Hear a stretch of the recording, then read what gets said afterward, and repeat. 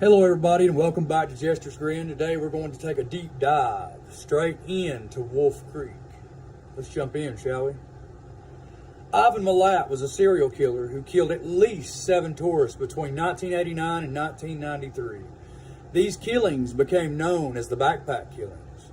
His murders took place in the Belanglo State Forest in the southern part of Australia. The first victims that were found of his were 2 women who were backpacking from Europe and were named Joanne Walters and Caroline Clark. The bodies of these 2 women were found in Belanglo. Walters was found by hikers in a shallow grave and had been stabbed over 14 times. Clark was found a day after Walters and had been shot in the head, presumably being used as target practice by Milat. In 1993, a year after Clark and Walters had been found, a human skull was found by police. This human skull led them to being able to find Deborah Everest and James Gibson, who had also gone missing in 1989.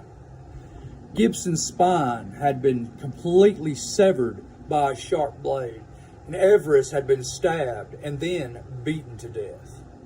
In 1991, German backpackers Anja Habshid and Gabor Najabauer and Simone Shimdel were the next bodies to be found. Habshid was also found in a shallow grave with multiple stab wounds, as well as being decapitated. Since all the backpackers except Simi were traveling in pairs, and 2 of the pairs included men, and one was an ex-soldier, so how in the world did the killer manage to overpower them to begin with? Were there several killers at work here? They drugged the victims? We don't know the cause. But after developing a profile of the killer, the police narrowed the list of suspects to a short list of 230 to an even shorter list of 32 individuals that could be possible suspects, which included the killer. The story of the Paul Onions attempted abduction in Australia. On November 13th, 1993, New South Wales police received a call from Paul Onions from Willenhall in the West Midlands, United Kingdom, who at age 23 had left his engineering job in England to backpack around Australia 3 years before. On January 25, 1990, Paul took a train to the Hume Highway and tried to get to Victoria to earn some money for picking fruit. Whilst hiking along the road, he came across a roadside transport cafe. As he was leaving the car park, a mustache-smiling Australian walked over and, "Where are you heading to, brother? Do you need a lift, mate?" he asked.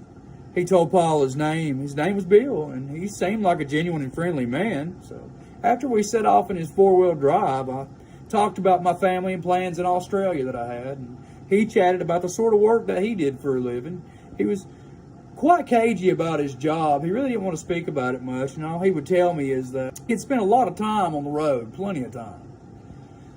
Bill stopped the vehicle close to the entrance of the Belanglo State Forest, stepped out of the vehicle, and told Onions in the car, "I'm looking sets under the seat," but Paul felt slightly suspicious, so he followed him out of the car using the excuse that he had to stretch his legs. He just got a really creepy vibe about this guy all of a sudden.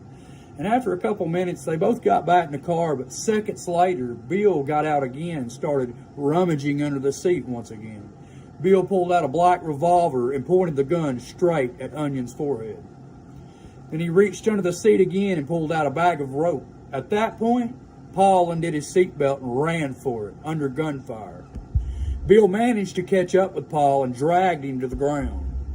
Somehow, Onions managed to get up and make another run for it into the path of an oncoming car driven by Joanne Berry, who was with her sister and 5 children, which fortunately stopped.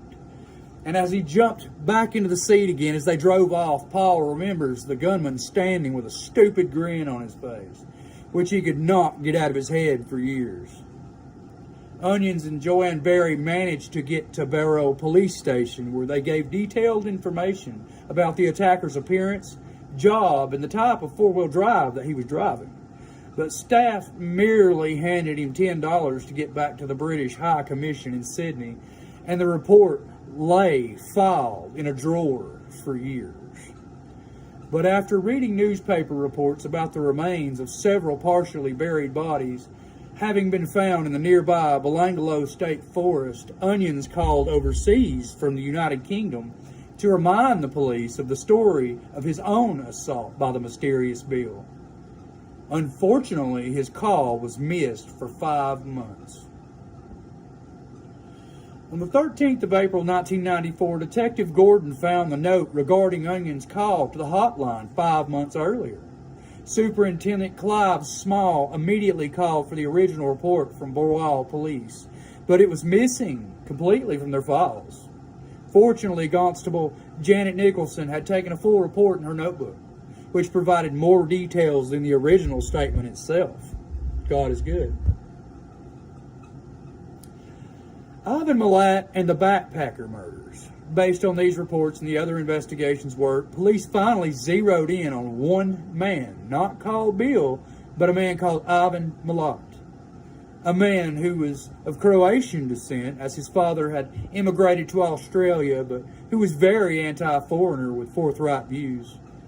Ivan Robert Marco Milat was born on the 27th of December 1944 in Guildford, New South Wales, and was the fifth born of 14 children. He was employed as a road worker. Police learned that he had served prison time in 1971 and been charged with the abduction of 2 women and the rape of one of them. On Good Friday in April 1971, Ivan Milat picked up 2 young female hitchhikers near Liverpool train station. He pulled a knife and he bound the girls with rope and told them, "I'm going to kill you. You won't scream. And when I cut your throats, you will no more." He raped one of the girls, who then managed to convince him to stop for cans of Cokes at a service station. With the help of men from inside this petrol station cafe, the girls managed to escape, and Milat takes off in his car. He was arrested later, but facing both rape charges and 2 counts of armed robbery. He faked his own death by leaving his shoes at the Gap, a renowned Sydney suicide spot deep in the woods. Later that year, the police discovered that Milat has fled to New Zealand, but he was rearrested in late 1974 when he had returned to Australia after his mother was taken to hospital, suffering from a heart attack. He managed to escape the conviction of both the rape charges and also the armed robbery counts through a series of police procedural blunders. It was also learned that both he and his brother Richard Milat worked together on road gangs along the highways between Sydney and Melbourne, Australia. That he had owned a property in the vicinity of the Belangolo and had sold a Nissan Patrol 4-wheel drive truck shortly after the discovery of the bodies of Clark and Walters. Acquaintances also told police about Milat's obsession with weapons, knives, and rifles. When the connection between the Belangolo murders and Onions' experience was made, Paul Onions flew to Australia to help with the investigation himself.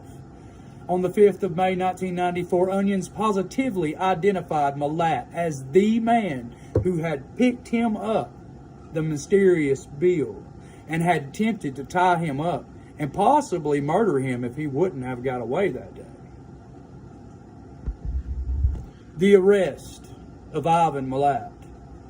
Milat was arrested on May the 22nd, 1994 at his home in Cinnabar Street, Eagle Vale Homes, belonging to his brothers Richard, Alex, Boris, Walter, and Bill were also searched at the time by over 300 police. The search of Ivan Milat's home revealed a cache of weapons, including parts of 22 caliber rifles, 50 cals that matched the type used in the murders, including 9mm pistols, plus clothing, camping equipment, duct tape, rope, and cameras belonging to several of the Belangolo Forest victims. Milat appeared in court on robbery and weapons charges on May the 23rd, 1994. On the 30th of May, following continued police investigations, Malat was also charged with the murders of the 7 backpackers that were found. In March 1996, the trial opened and lasted 15 weeks. His defense argued that in spite of the evidence, there was no proof that he was guilty, and attempted to shift the blame to other members of his family, particularly Richard, his brother. But on the 27th of July 1996, a jury found Malat guilty of the murders. He was also convicted of the attempted murder, false imprisonment, and robbery of Paul Onions. The events following Malat's imprisonment. In 2012, Malat's great-nephew, Matthew Malat, and his friend, Cohen Klein, both aged 19 at the time of the sentencing, were sentenced to 43 years and 32 years in prison, respectively, for murdering David Archuleta on his 17th birthday with an axe at the Belangolo State Forest in 2010. Matthew Malat struck him with the double-headed axe as Klein recorded the attack with a mobile phone. This was the forest where Ivan Malat had killed and buried all of his victims beforehand. Police believe that Malat had been involved in many more murders than the 7 for which he was convicted. In 2001, he was ordered to give evidence as an inquest to the disappearances of 3 other female backpackers, but no case was ever brought forth against him due to lack of evidence. Similar investigations were launched in 2003 in relation to the disappearance of 2 nurses, and again in 2005 relating to the disappearance of hitchhiker Annette Briffa, but no charges resulted. Many believe Malat had helped in killing his 7 victims, with one possible co-conspirator being his sister of all. Judge Justice David Hunt said after Malat's trial, he was convinced the killer could not have done these crimes alone, and a juror on the case made similar claims after the trial. Malat's own lawyer pointed at both Malat's brother and his sister, who shared a house with Malat at the time of the killings.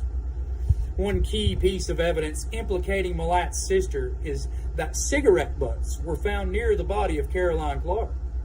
Malat was not a smoker, but his sister smoked heavily.